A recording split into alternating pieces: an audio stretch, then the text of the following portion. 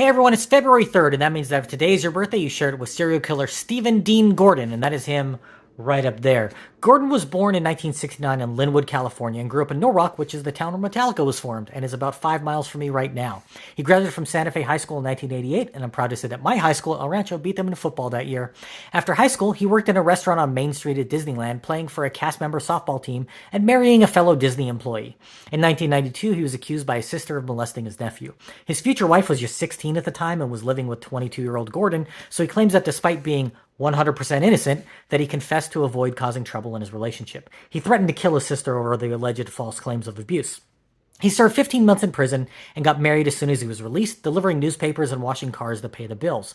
Gordon had anger issues, punching walls and threatening suicide, and his wife had had enough, leaving him in 2001, taking their 4-year-old daughter with her. He then kidnapped the pair and took them to Nevada, thinking he could talk her into reconciling.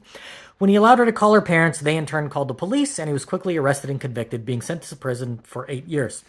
When released, his old employer hired him back to wash cars at a body shop, where he met a fellow ex-con, Frank Cano, who had served time for molesting his niece.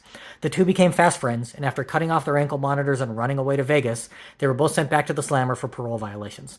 When they both finally got out, they lived in a homeless encampment in Anaheim, and they began to frequent prostitutes who worked the street on Beach Boulevard, typically giving happy endings to persons staying in seedy motels near the happiest place on earth.